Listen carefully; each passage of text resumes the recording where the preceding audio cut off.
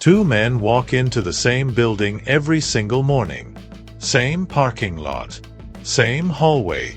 Same meeting room. One of them was a national champion at 20 years old. The other was drafted first overall and handed $160 million before he turned 22. Now they sit in the same quarterback room, at the same team facility, fighting for the exact same job. And by the end of this summer, one of them is going to lose. This is the story of the strangest quarterback battle in the NFL right now. It's happening in Minnesota, with the Vikings, and it involves two men who, on paper, should never have been competing against each other at all. One is a former #1 overall pick trying to prove the league was wrong to give up on him. The other is a former first-round pick trying to prove the doubters wrong before his career even really starts.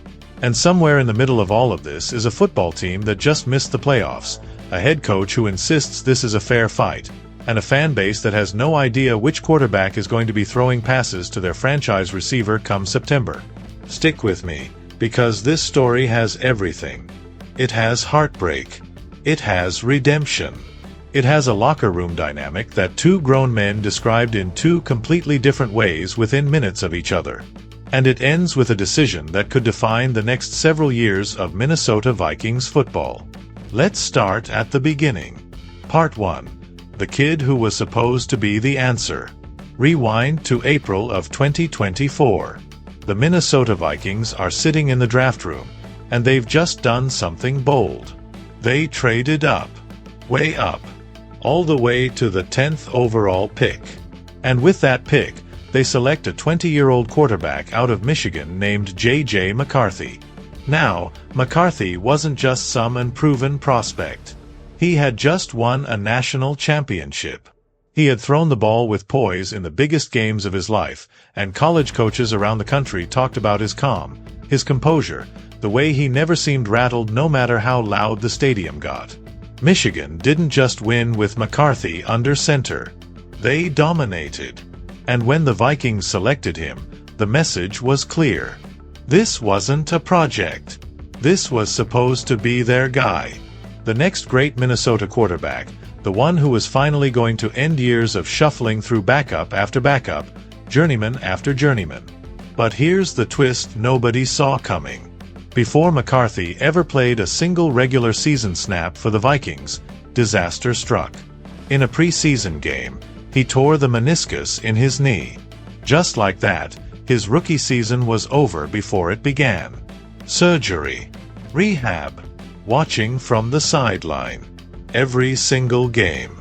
And here's where the story gets interesting, because what happened next almost nobody would have predicted. With their prized rookie quarterback sidelined for the entire year, the Vikings turned to a journeyman veteran named Sam Darnold.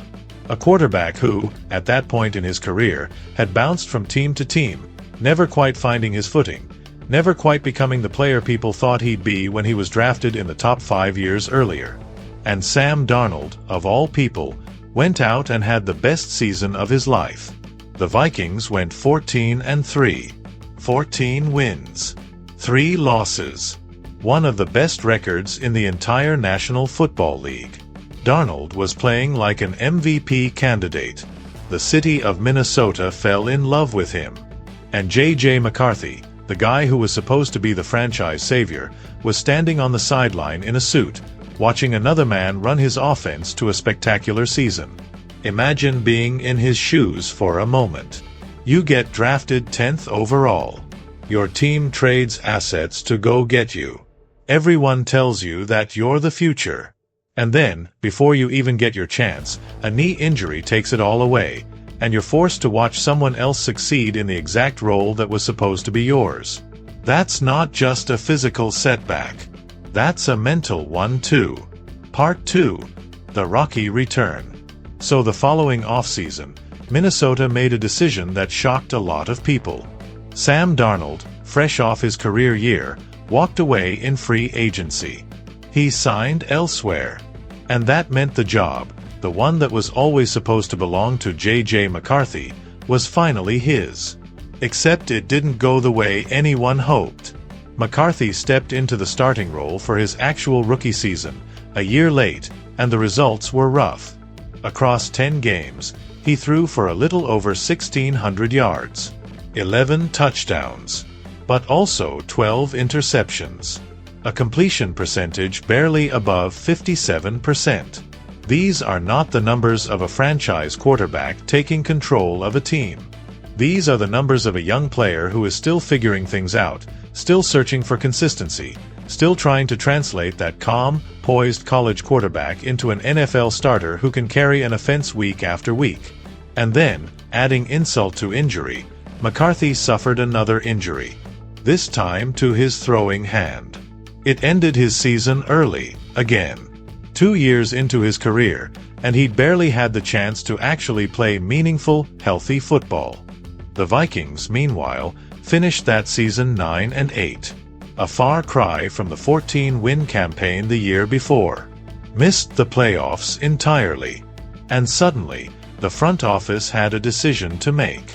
Do you stick with your former first-round pick, the guy you invested a top 10 selection in, and trust that his struggles were simply the product of inexperience and injury?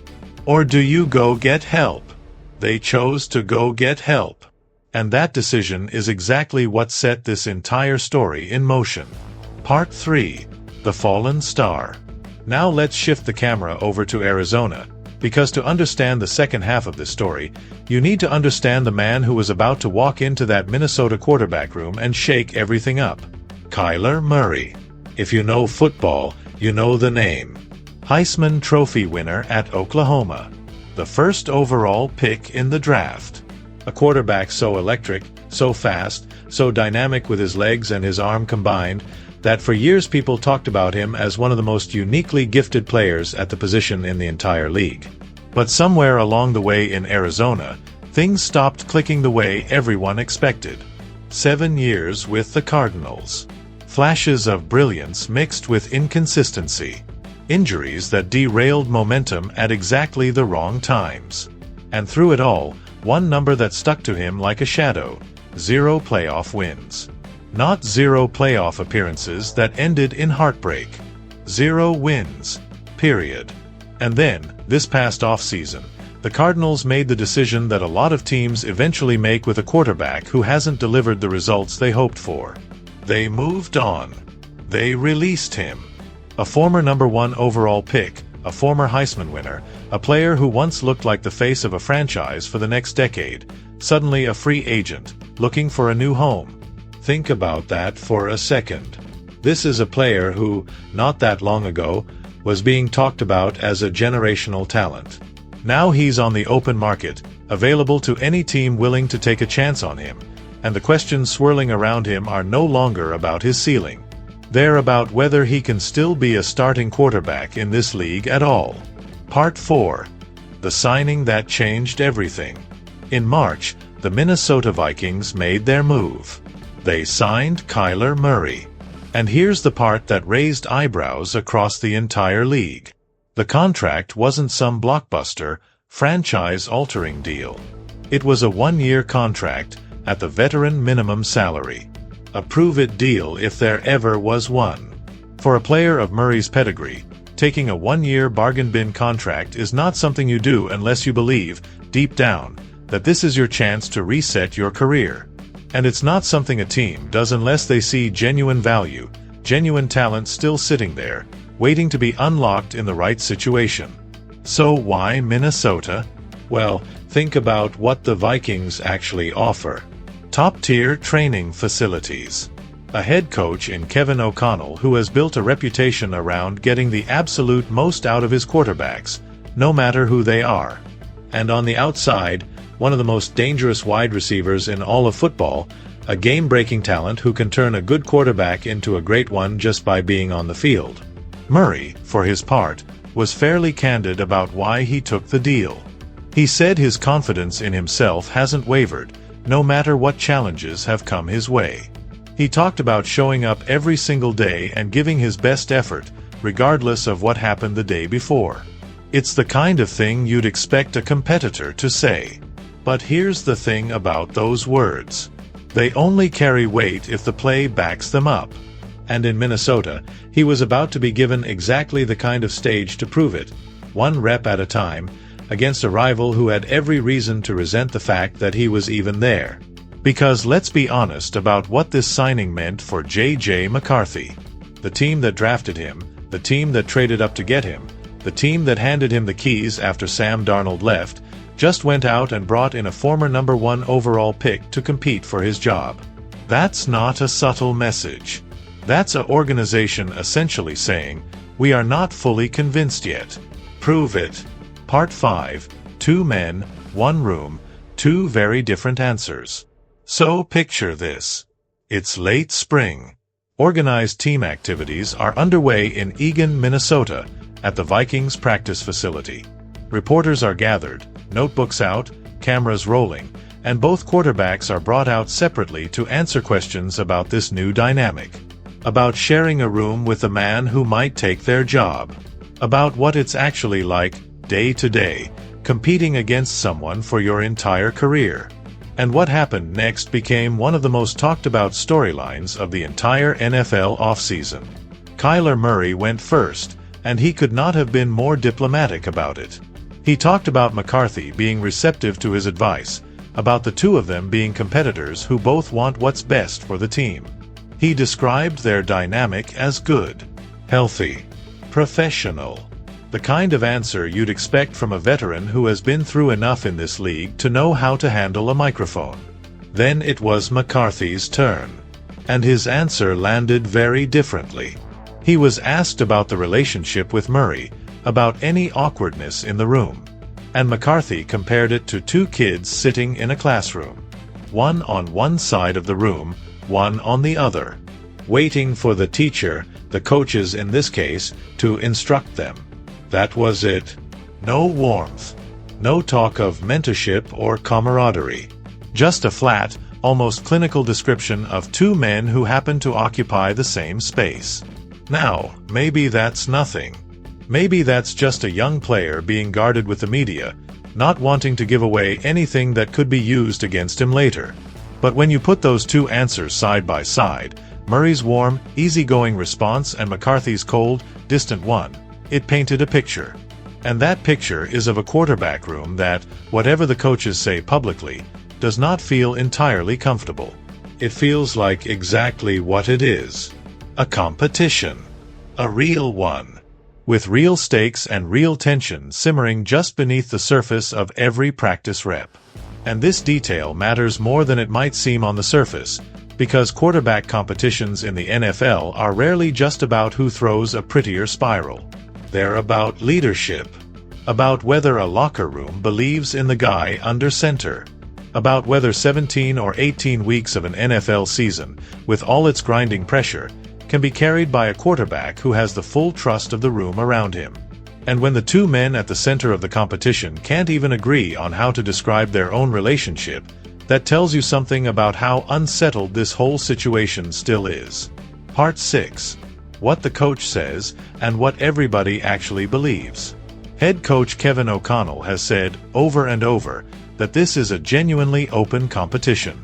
That both quarterbacks have a real, fair shot at winning the job. That the goal all along was simply to build the most competitive quarterback room possible, and let the 2 of them push each other to be better. But here's the thing about coach speak in the NFL. Sometimes it's exactly what it sounds like. And sometimes it's a very carefully worded way of managing a situation without tipping your hand too early. A lot of people around the league have their doubts about just how open this competition really is. There's a growing belief, whispered by insiders and analysts alike, that Kyler Murray has been the presumptive starter since the moment he signed his name on that contract back in March. Think about it from a pure logic standpoint. Would a player with Murray's resume, a former number 1 pick, a former Heisman winner, a 2-time Pro Bowler, really sign a 1-year, bargain basement deal with a team unless he believed he was walking into a starting job? It seems unlikely. Whether that assurance was made privately behind closed doors or not, the circumstantial case is strong. And yet, publicly, nobody in the organization is willing to say that out loud. Not the coach. Not the front office. Because doing so, this early, before a single training camp practice, before a single preseason snap, would be a disaster for team morale.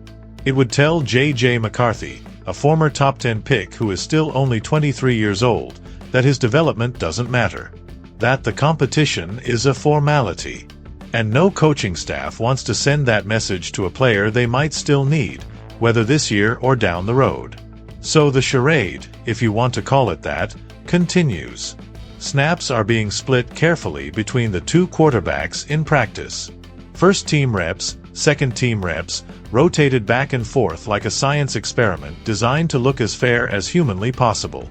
Coach O'Connell has talked about wanting both quarterbacks to reach a certain standard of play, framing the whole competition not as a binary choice between two names, but as a quest to elevate the position as a whole for the franchise. It's smart messaging. It's also, probably, a way of buying time before the inevitable announcement that training camp and the preseason will eventually force into the open. Part 7. The weight McCarthy is carrying. Let's pause here and really sit with what this must feel like from J.J. McCarthy's side of things.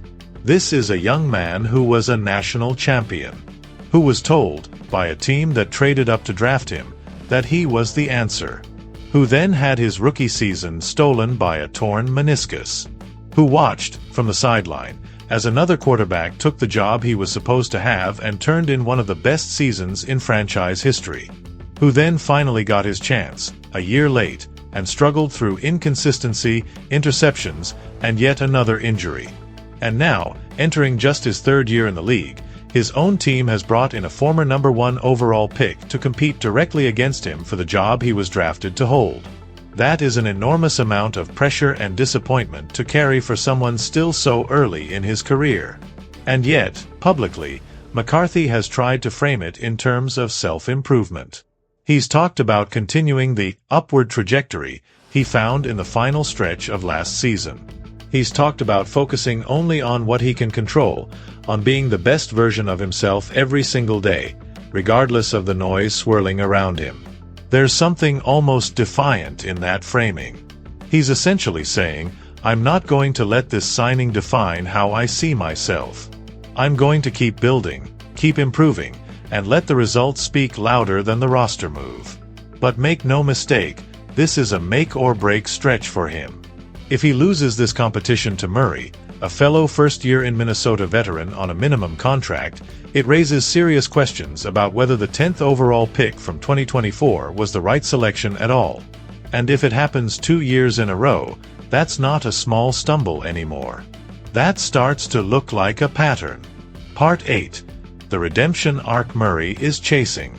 Now flip the lens back to Murray, because his side of this story carries just as much weight, just with a completely different emotional undertone. This is a former number 1 overall pick who has already tasted enormous stardom and enormous scrutiny. He's not walking into Minnesota as an unproven kid hoping to prove he belongs. He's walking in as a former face of the franchise type player who was, in football terms, cast aside by the team that drafted him. Released outright. No trade.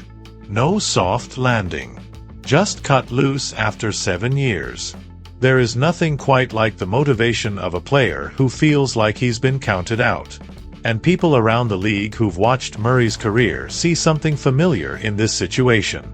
They see shades of what happened with Sam Darnold just 1 year earlier. Remember, Darnold was a former high draft pick who had bounced around, never quite living up to the hype, and then landed in Minnesota, in this exact building, under this exact head coach, and turned in the best season of his career. 14 wins. Near MVP level play. Could Kyler Murray do the same thing? It's not a crazy question. The ingredients are eerily similar. A talented but written-off veteran. A quarterback-friendly system built by a coach known for unlocking hidden value in players other teams gave up on. A truly elite receiver on the outside who can turn good throws into explosive plays. If there's any environment in the league custom-built to resurrect a career, it might just be this one. And there are people around the Vikings organization, former players included, who genuinely believe this could be the year Kyler Murray reminds everyone why he was once considered one of the most electric young talents in football. His athleticism alone changes what an offense can do. His mobility opens up throwing lanes and forces defenses to account for an entirely different dimension of danger. If he wins this job and plays anywhere close to his ceiling, the Vikings' offense could look completely different and dramatically more dangerous than it did a year ago. Part 9. The verdict nobody wants to say out loud. So where does this actually stand right now, heading into the most important stretch of the entire competition? Publicly, everyone involved insists it's wide open. Privately, the growing consensus around the league leans toward Murray. His experience, his pedigree, the quiet signals sent by a one-year prove-it contract that only makes sense if he expected to start.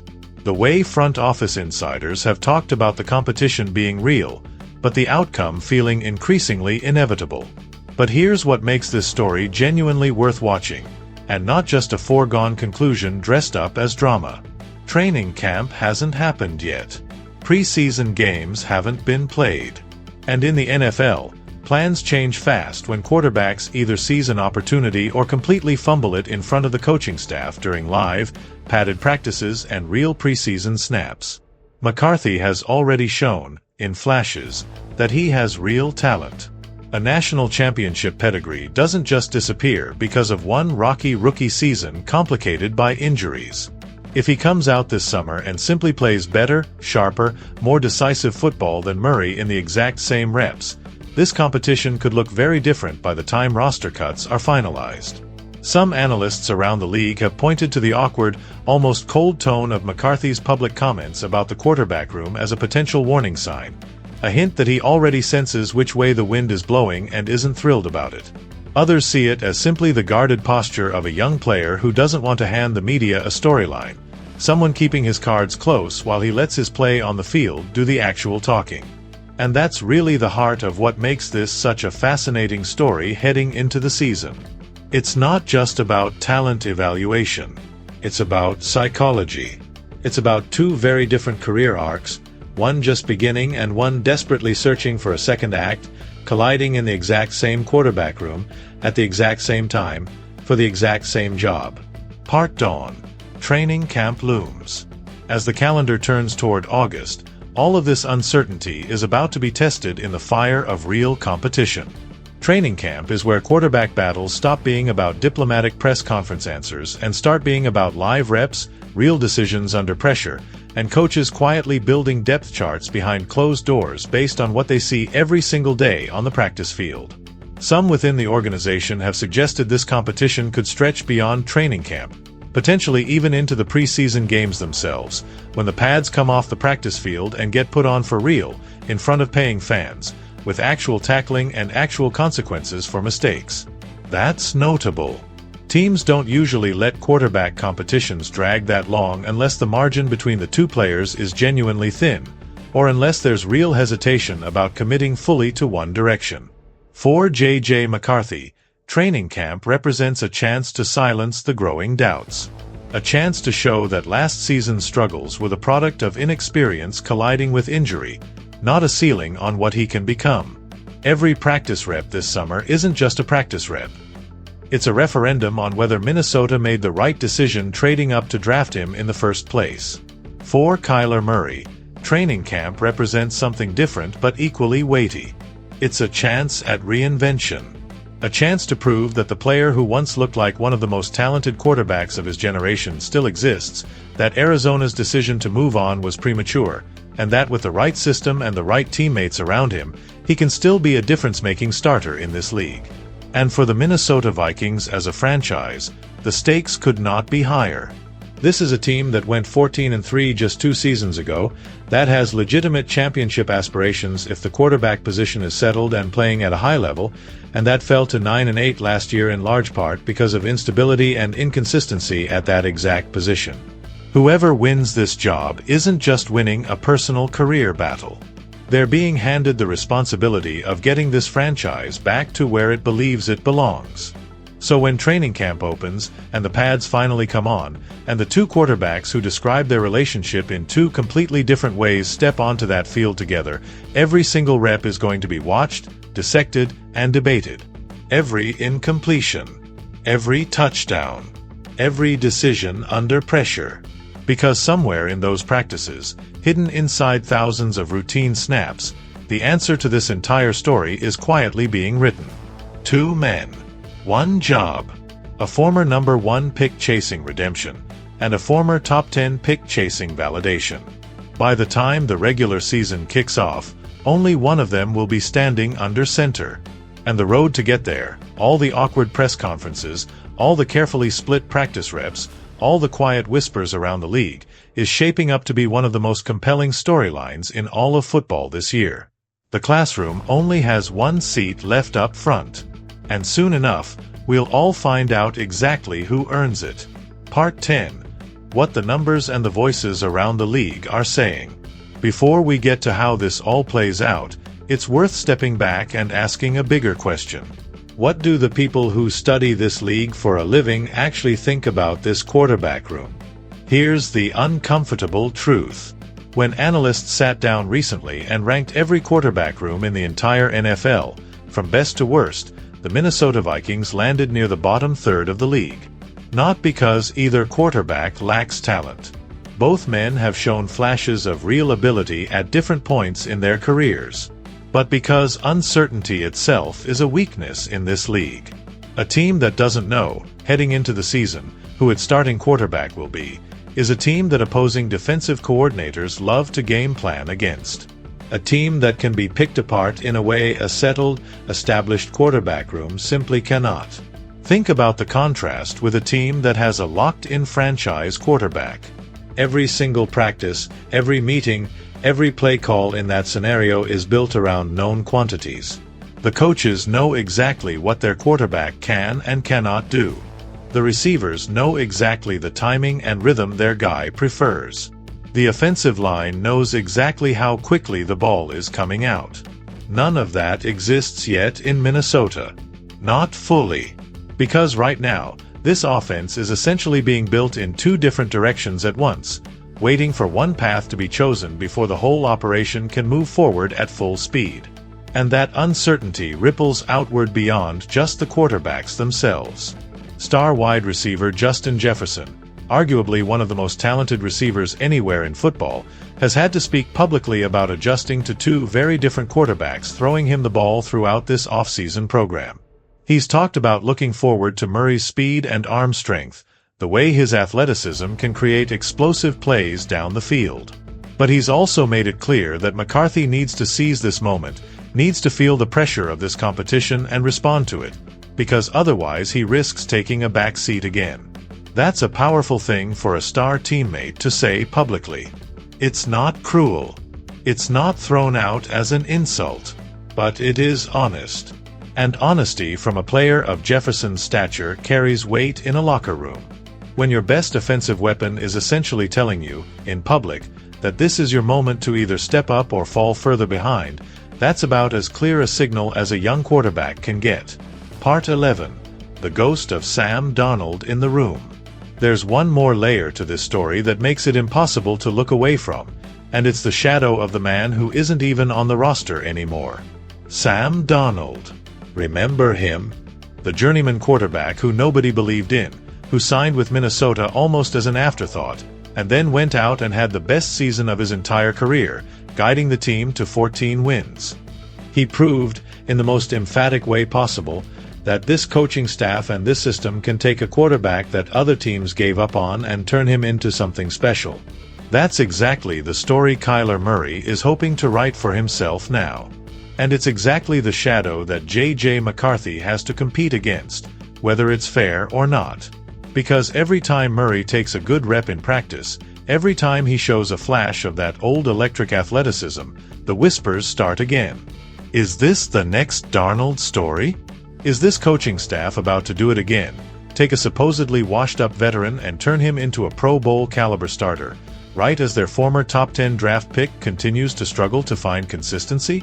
It's an unfair comparison in some ways, because McCarthy is not the one who left. He's not walking away like Darnold did. He's the one who stayed, who's trying to fight through the growing pains that almost every young quarterback experiences at some point in their development. But football, and the way fans and media talk about football, doesn't always deal in fairness. It deals in results. And right now, the most recent, most vivid example of what this coaching staff can produce with a quarterback is a story about a veteran who almost nobody believed in anymore, stepping in and thriving. That's the ghost hovering over every single practice rep this offseason. Nobody says it out loud very often. But everybody in that building knows it's there. Part 12. Why this story matters more than just one roster spot. It would be easy to treat this as just another quarterback competition, one of dozens that play out across the league every single offseason. But this one carries a little more weight than most, and here's why. This isn't simply about picking between two guys who might both be fine backups elsewhere. This is about a franchise trying to figure out its actual identity heading into a pivotal stretch of seasons. The Minnesota Vikings have talent almost everywhere else on the roster. An elite receiver, a capable coaching staff, a defense that has shown flashes of real quality. What they have lacked, for years now, going back long before either of these two quarterbacks arrived, is stability at the one position that determines almost everything else about how far a team can go. Whoever wins this job isn't just winning bragging rights or a starting paycheck. They're being handed the keys to a franchise that genuinely believes it has enough talent around the quarterback position to compete for championships, if only that one position can finally be settled. That's an enormous amount of responsibility to place on either a still developing 23-year-old or a veteran trying to prove his career isn't over. And it's exactly why every single practice snap, every press conference answer, every small detail about body language and locker room dynamics gets picked apart so thoroughly by anyone paying attention to this team. There's also a longer-term question lurking underneath all of this. What happens to the loser of this competition? If Murray wins the job, does McCarthy sit and develop for another year, hoping for a second chance down the road, or does his time in Minnesota effectively come to an end, with the franchise having to admit that the 10th overall pick from just 2 years ago didn't pan out the way they hoped?